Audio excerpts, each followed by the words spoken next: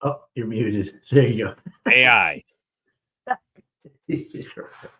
ruining everything. Oh boy, this is what Monday is going to be like when Zach's good morning is wrecked. Should we do a take two? Take Take two. two. Good morning, Service Alliance community. How y'all doing today? Brother Doug, what's up? Morning, Zach. I think it's just us on anyway, so it's all right. It's all good. No one will see a thing. Can't break it when no one's watching, right? That's it. Or something like that. Well, we're talking about a hot topic today. AI. It is a hot topic for sure. For sure. It's something that I watch from the peripheral. I use it, but I don't it's so huge. I'm overwhelmed by it, to be honest with you, Zach. I feel like it's it's never ending. It's always going to be changing. And then for me, that kind of discourages me a little bit to be want to be on top of mind of the whole thing. But some people just love to dive into stuff and explore it, and I don't think my brain has that capacity. So, but I use it every day, even when I don't even know I'm using it. Right? Yeah, there's a lot of sneaky AI out there going on. Absolutely. Did you see the article about Hertz Rental using AI to see all the dents and dings and then charging you as much as the frickin' car cost to buy new for damages? No. Really? So it's taking a picture post rental and counting up the dents. Yep. And then charging people exorbitant amounts for these little dents and scratches and minutia. Well, so you knew. I think you would think they knew they were going to get busted if they do something extreme. Is it possible they just roll it out, don't really test it, and then just implement it, and then all of a sudden the people are getting these high bills, and people in the know it hurts are going, "Is this really happening?" And now they've got to fix it. Did they just plug AI in and have AI run their business for them? Is that maybe what happened to Hertz? I mean, it wouldn't be the first time. That's very common in the software world. Fix it in post, just send it, see what happens, get a working model out as fast as possible. That's the pressure of trying to stay ahead, right? And so that does happen a lot. Sounds a little bit like conspiracy potentially, but I can totally see it happen. We were in pre-roll talking and just on a very minute level here at Action, introducing it to people in our leadership team. And yeah, they're kind of just putting information in and handing me back the information that came out without diving into it a little bit more. So there's a temptation there, right? For sure.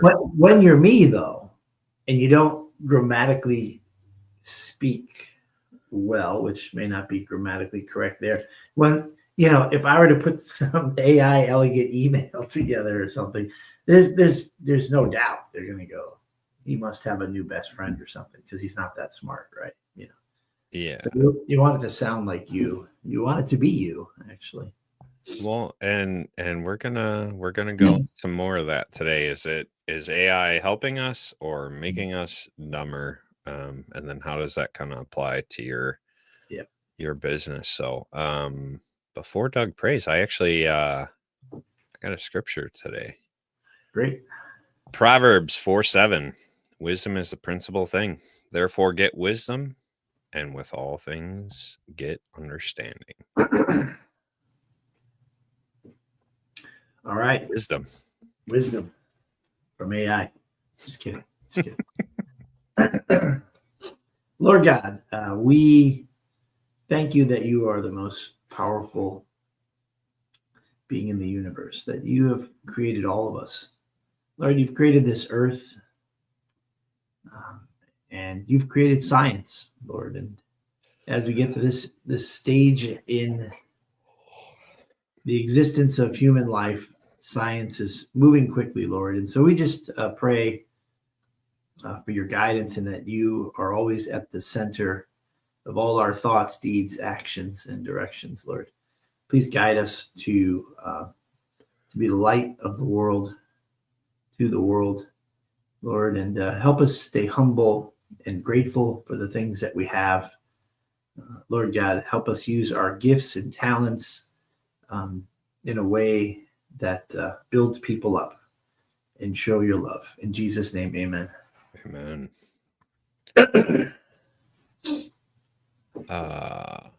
Do you use AI, Zach? I do. Andrew says appliance works similar in your kitchen. There's R&D in your kitchen. Yeah, there's a lot of information being sent back to manufacturers through your smart appliances. Oh, and then they're just processing the whole, sorting it, and making conclusions, right? Yep, they are. Yeah, I do. To answer your question, I do use AI. I was in honors English in high school, and I can't spell or be grammatically correct. I put a lot of effort into it, right? I do my best to push that and learn to get better. But it is not something that I am strong in, despite continually trying to elevate that. So I use Grammarly to kind of help me not sound like a total fool when I have important stuff that I gotta send across, right? Yeah. I mean, that's been around a long time. I've used it to help my sentence structure as well, and that was early adoption AI for sure, years and years ago when it came out. Right. So let's define what I'm talking about, making it us dumber, right? Brain rot. So cognitive offloading, letting AI do all of our thinking for us. We don't want to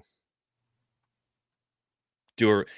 I shared a news article that I saw.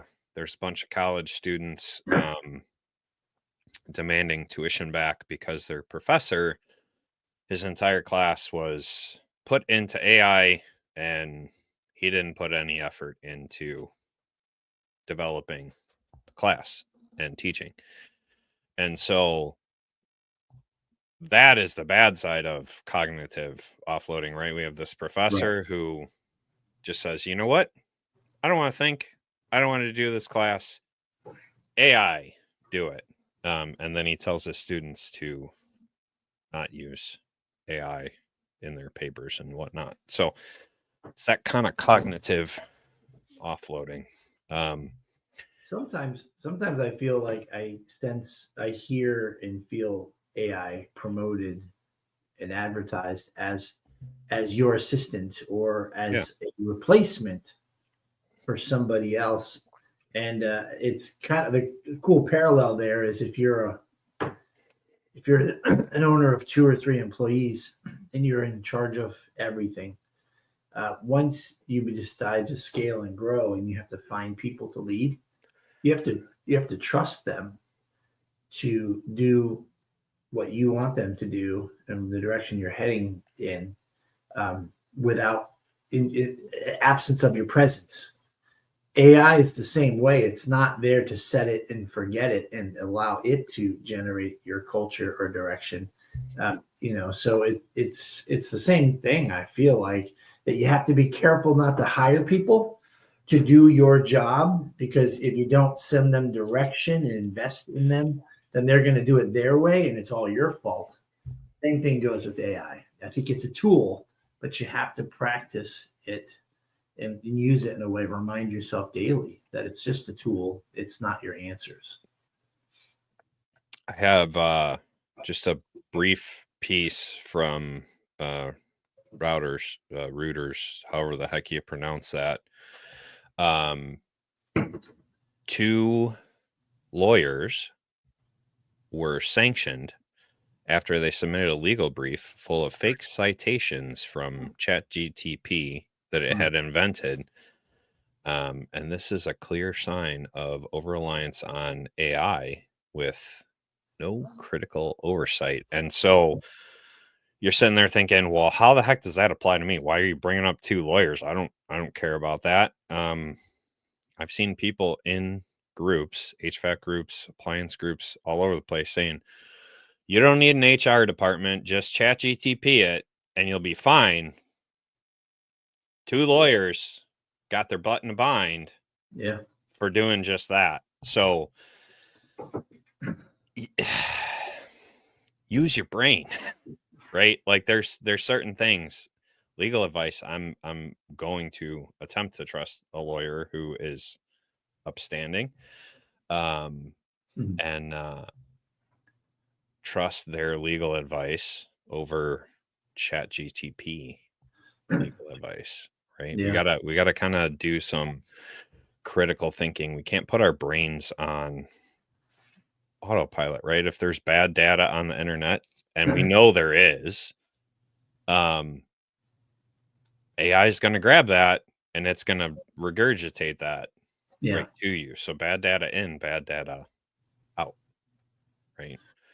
Yeah, I noticed a lot of the different AI software programs that I use always, at least for now, I wonder if this changes, always tells you how they got there, how it got to where it's at, which is the opportunity for us to learn, right?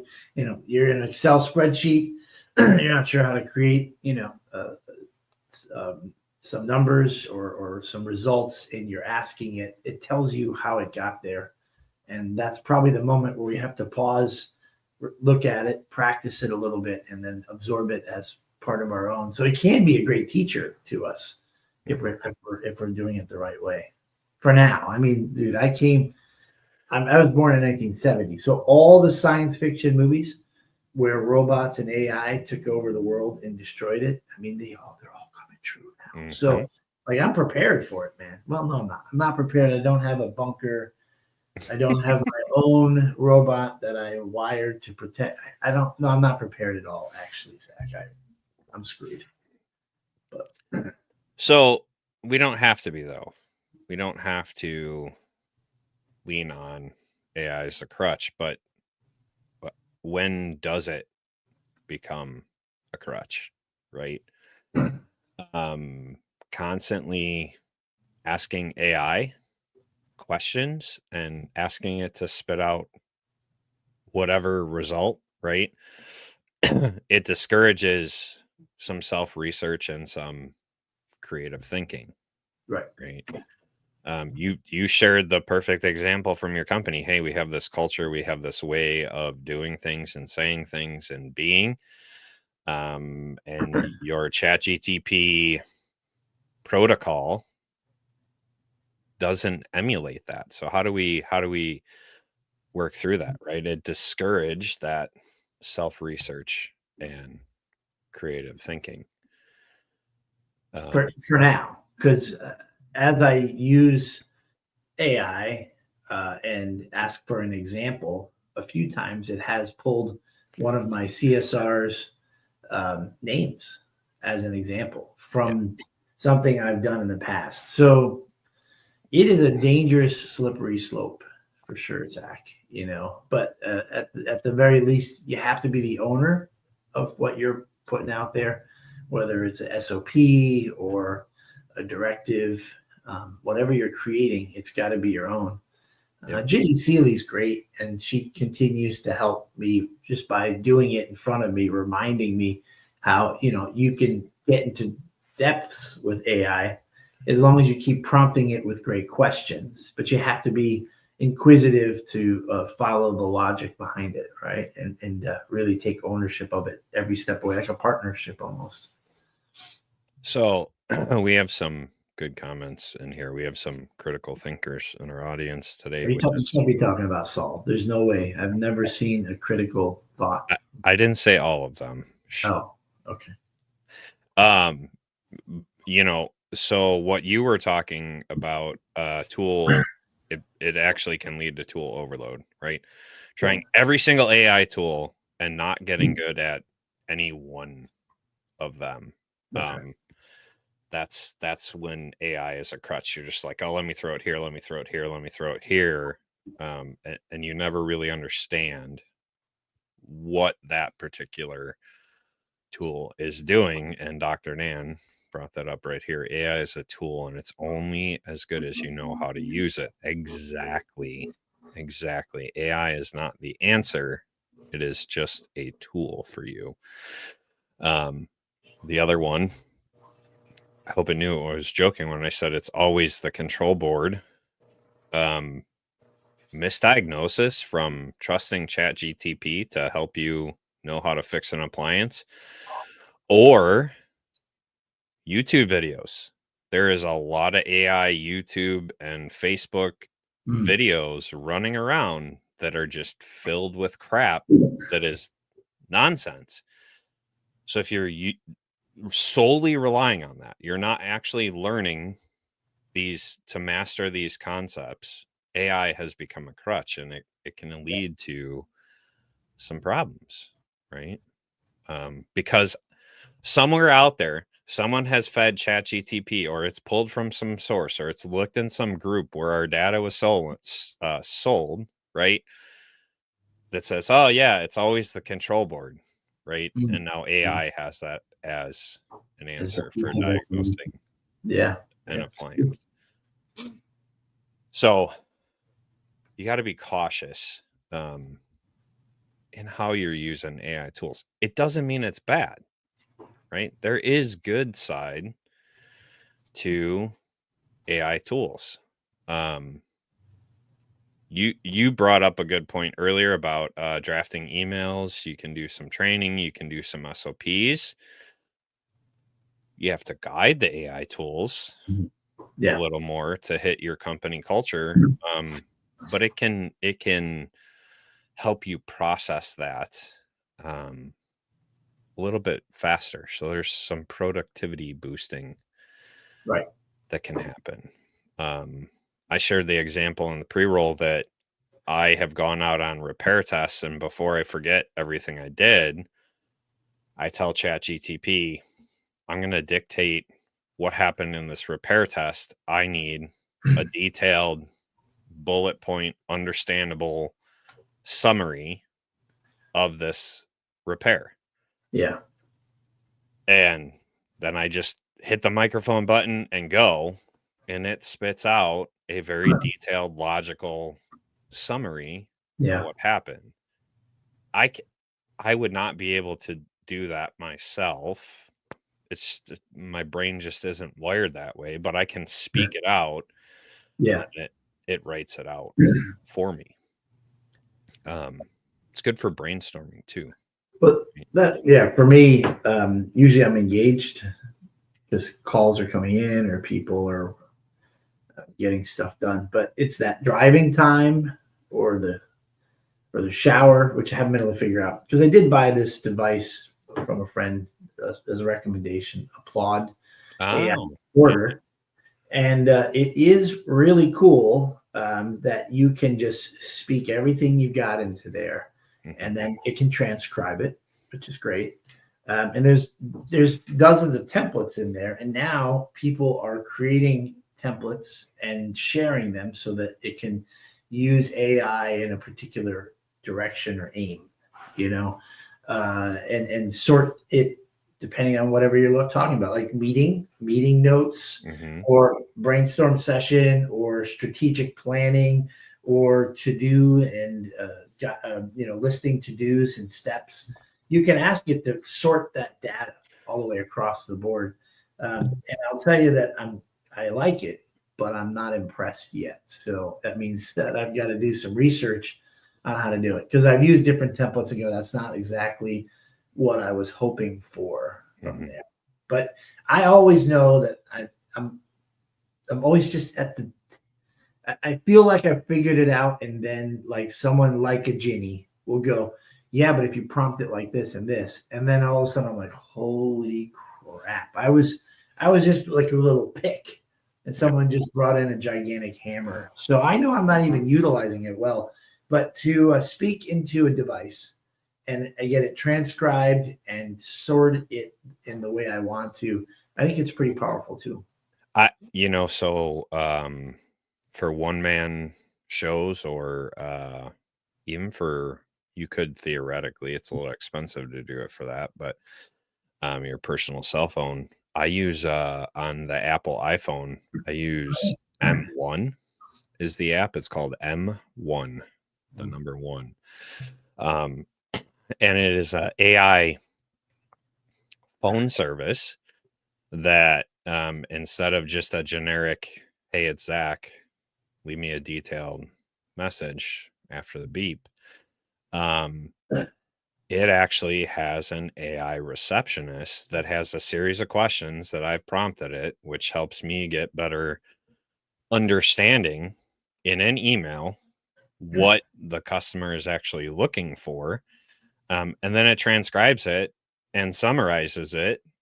And I know why I'm calling this person back. Yeah. It's not perfect, right? It's no my office help, but as a solo guy, it does help be more productive throughout the day. I'm standing on a 12 pitch roof. I'm not answering the phone. Sure. You're on your own. Well, technology, right, has allowed us to be very efficient and timely with things. I mean, we could get bitter, you and I, and just resist it, and then go on eBay and buy Encyclopedia Britannica series, and that's the only way we're going to get our information from. We're going to get outdated and left behind. So it's a cautious move forward, but recognizing, again, as we've said it 1,000 times this morning, it's just a tool for sure. But it would be crazy to resist it unless I have some addiction to it. Like I definitely want to be weary, but also utilize it in a way that's very helpful. So, I mean, brainstorming strategies, contents, offers, stuff like that. You can, with the right prompt, utilize AI as a tool to kind of help you with that. As I shared as like a customer service help, right? Automated responses or chats, or, like on your website, you have a chat bot, or even appointment reminders. How many times have we gone to go to a customer and they're like, oh, I forgot, but if you had AI sending out these reminders instead of wasting your CSR's time, it's a great use of it. But right? see, that's where good just continues to propel us on this downward hill of a snowball, right? Where it's going to get out of control. Because who could deny a well-trained chat AI in your website, or sending out auto reminders? That would be great for sure. It would be silly for us not to embrace it, but it starts to perpetuate. How about this? BNI, right? Business Networking International. So I'm in that group. Somebody requested that they can't attend and they can't bring a sub, so they wanted to bring their AI into our online meeting just to take notes. And it opened up a Pandora's box on our leadership team to discuss it. Like, if you're not there, then should you be receiving the benefits of being there? And then others are saying, but if they're not there, then they're not hearing about what I need for my business and the type of referrals I need. And it's all good conversation. But if you start to, and I could see it next, right? That someone has some sort of really highly advanced AI that can present for you and take your notes and basically be a great substitute for you. Is that the end of human existence, when we're letting a machine sub in for us and speak on our behalf, in an impromptu way, right? Can you imagine that? This is all heading in that direction. So we have to kind of put some roadblocks up, I think, here and there, just to slow the pace of this massive, snowball that's heading.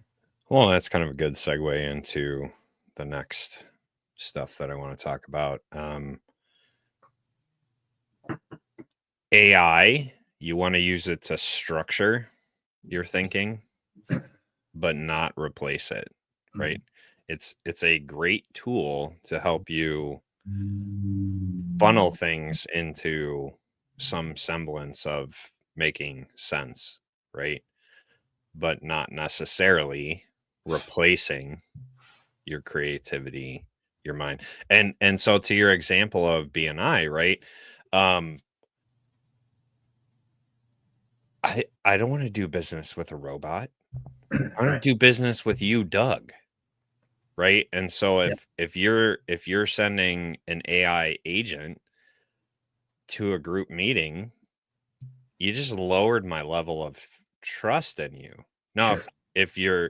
if I call in and I can't get a hold of you and I'm talking to an AI CSR because you're busy with something and I can kind of dictate it, and I know when you call me back, we're not going to waste time Right. because I've already explained Yeah. everything that I want to talk about, Yeah. and we can just pick up with answers and move forward.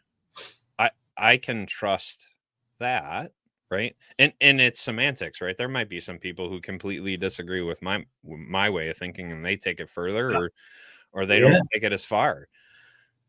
No, what you just said, I feel like embraces, like right now we can't even savor technology because I think it's going so fast.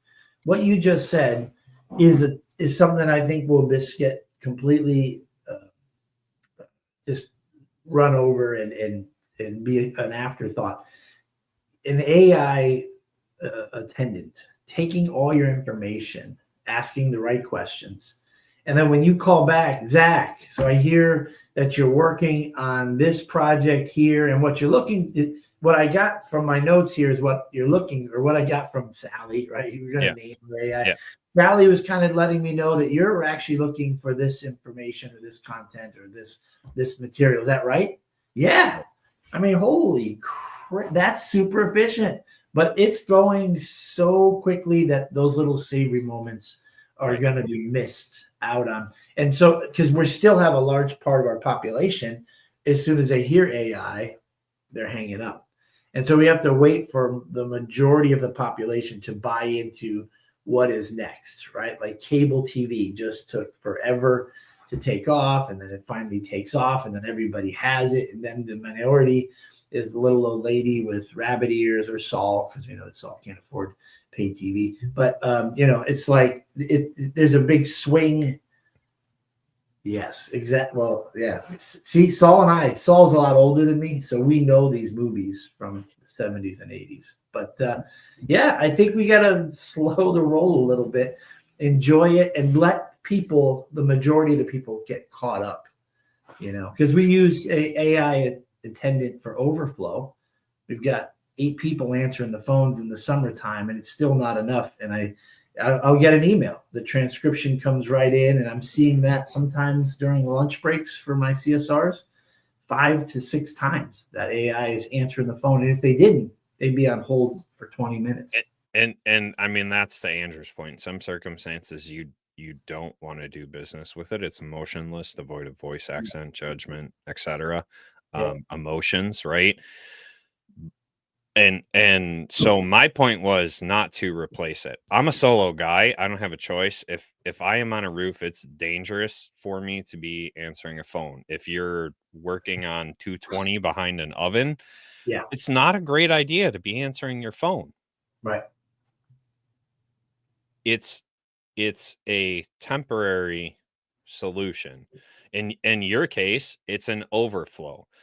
You got 9 CSRs who are answering the phone, and it still ain't enough. You're overflowing so that an actual person can call back and go Right. through everything with this customer.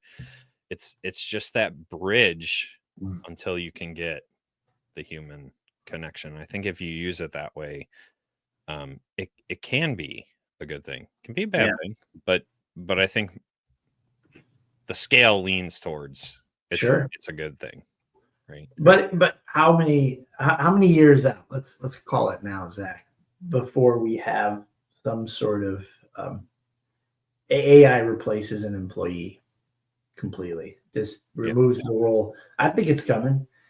This summer, we've had a couple Mondays that have been really rough Mondays. 2, 3 technicians out sick, 1 or 2 CSRs. I think a few Mondays back, we had 5 employees out on one day. Even this morning, someone called out and I was like, man, what do we have to do to incentivize and just get our employees to know that Mondays are the day that you got to come in with two broken arms and a broken leg? The commitment, the willing to just overcome whatever you're dealing with. AI is a great solution for that, Zach, right?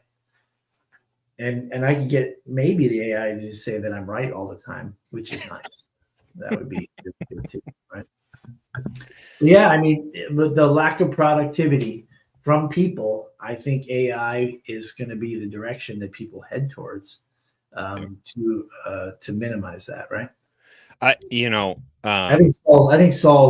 it's sooner than what Saul says. I would agree. I think it's more like 2 to 5 years where we start to see jobs disappearing because AI's got it. And remember, to me, I think it's the majority of the population. When the majority of it has accepted this new next level, right, we're moving through, right? So we've not even enjoyed whining about virtual assistants from other countries. I mean, we have a little bit, but it's already moving right into AI, and so it's going fast. So, Carlos, how about this? Sorry. I hired a guy from Sears, and in our area, Sears kind of folded up. It's the A&E service techs. They have no manager. So when they call in sick, when they've got a problem with the ticket, it goes into an AI system, and it takes sometimes between 5 and 15 to 20 minutes before it responds back with an answer. So it's using AI to process all requests, technical, HR related, and there is no person that the Sears people speak to. Now, the counterpoint to that, and where I think AI cannot do this, people management is a people problem. You need to be a good leader. Yeah. Because if you're just trusting AI management, right? We've all seen that meme of, a manager, leader, whatever, right? Yeah. And a true leader gets in there and is doing the work and is leading by example, where a manager is just, telling you what to do. Right. They're not helping you think That's for true. yourself. And so, I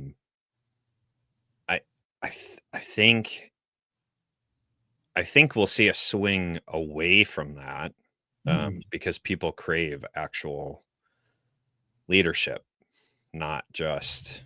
I hear what you're saying. Yeah, if they're there just to be a binary, yes, you can do that. No, you can't. Go do this. Right. Go do this again. If it's that binary, then you don't really need management, because if that's the model you're doing with people. Right. But like your point, right, that nuance of being a true leader, a coach, accountability, bringing them along, relational, then AI can't replace that management position in that company, right? So some tips for utilizing AI in a good manner, right? We've been talking about AI help versus harm essentially this entire episode. So use it to enhance but not replace your expertise, right? Yeah. Use it to help you get a more full answer to something that you're pretty well versed in. Always verify the answers that AI is giving you. Go find some sources, especially in technical or legal situations, as I shared earlier. Make sure you're going to the source and not just trusting AI to give you those answers. And take extra steps to understand the results that are coming out of whatever AI tool you're using, and not just copy and paste. Right. I think back to, because we are of the generation, no computers, then all of a sudden computers, then all of a sudden where we are now, right? You can remember our teachers telling us to cite the sources, and, we had to find 5 different sources and see if they were in some level of agreement, right? Yep. To understand if it was BS or if there's counterpoints to that answer, right? And we had to go into the card catalog, right, and search for these Actually, different things. I don't even know what you're talking about. I'm much younger than you. Get out of here, you microfiche. Hard cat. What microfiche? What's that? Yeah. You know exactly what that is. You were looking up parts on microfiche. I don't know why you're throwing that at me like that's an insult or something. I was looking up parts on microfiche. It's okay. Good. I'm kind of sad we threw ours away, to be honest with you, because I did not know it was going to be a museum piece so fast, but we chucked it all out. Took a whole dumpster. But the whole point of that rant is, right, you need to know where to find the answers and to understand if they are legitimate answers and not just AI BS, right? It is a great tool. Dr. Dan said it earlier. AI is a tool, and it's only as good as you know how to use it. And if you're relying on it and it is doing all the answers for you, then you've kind of swung the wrong direction. Yeah, I don't know. I'm not a doom and gloom guy, but as it gets even better and better, more efficient and more articulate, it's going to be really hard for us to keep it as, to stay owners of our thoughts. It's going to be a challenge for sure. It's going to be exercise. It's like these devices, right? Like it wasn't that long ago, Zach, that we didn't have it in our hand. And now it's always in our hand. And we can't wait 45 minutes to get home to respond to something or to check an update or just it's not. I might as well just look for a different job wow, this has really brought me down. You're gonna stick your head in the sand. Yeah, that's all I do. We're gonna be the old school appliance company, right? We're real people here. Well, and again, that's my point. I think that you can use AI as a tool, and I think you can still have that real human touch. I think you can embrace technology and utilize it as such and create this great thing. But you really have to be the thought center, the processing power behind that, and not let AI be the thing dictating the direction. So this is for another conversation, but it'd be interesting this week if somebody in this podcast series is a huge proponent of AI because it's like almost like an argument. It's a pros and cons thing, and we might hear that from Mike tomorrow because he is a huge proponent of AI. Right. And so it's that concern of us losing our identity and our humanity because something is more efficient and better at something than we are. It becomes a crutch. I feel like it's interesting. We'll see what happens. This is fun. And then we're going to wrap up. Dr. Dan says he misses microfiche and the wall of books and service manuals, stuff like that. And Andrew says, I don't miss the milk crate full of wasted manuals. Having done research through the manuals that the manufacturers provided and microfiche and stuff like that, and then having moved to the online implementation of service manuals, which I'm the one that has to do all the research and make sure they're on our website. I don't miss the books, man. I don't miss them. It's just so much easier to, my father-in-law sent me something. Hey, I'm having this trouble with my washer, and I just, quick went on the website and downloaded the manual and was able to diagnose it, as opposed to trying to go through a bookshelf worth of books to find the answer. It's just so much faster. Back in the 90s, we had you'd get microfiche updates in the mail, and the parts guy was like a young kid or something. He just let them build up on the corner of the parts desk. The updates we have to pull Yep. and replace the new one with the old one, the renew revised one. All of a sudden, the pile got bigger and bigger. All of a sudden, the pile was gone. Right. And it was asked of them like, "Hey, where'd they go?" "Oh, I finished them." And we're just sitting there going, I think he just tossed those in the garbage. And is our whole library now how tainted is it? Yeah. So servicealliancegroup.com, become an all access member. Mike is teaching the class on August 16th, coming up here pretty quick. AI for your service business. And this is going to be one of his presentations at PSA. It's going to be more in depth at PSA because it's going to be in person, but it is going to be a very detailed class mastermind session on August 16th, talking about some tools and tips and tricks in using AI for your service business. So if you're not an all access member, servicealliancegroup.com, come join other business owners and discuss how we're using AI in our businesses and how can we use it more effectively, just to continue to help us grow. Speaking of PSA, appliancerepairconference.com, go check it out, get your discount. Coming up in September in Las Vegas, PSA is holding their annual convention. Service Alliance Group will be there. We are actually now teaching 10 classes, 10 business classes to help you grow, scale, start wherever you are, helping you to run your business better. So appliancerepairconference.com, go check it out, get your discount, get registered now, coming up in September. That was it's a heavy episode. It's a lot of stuff to it. Yeah, absolutely. I'm gonna go make some customers happy today. And, I hope. And I'm gonna go put my head in the sand. All right. I hope the rest of you guys get out there and take care of your customers, love them well, and we'll see you next time on The Grind. Have a good day, guys.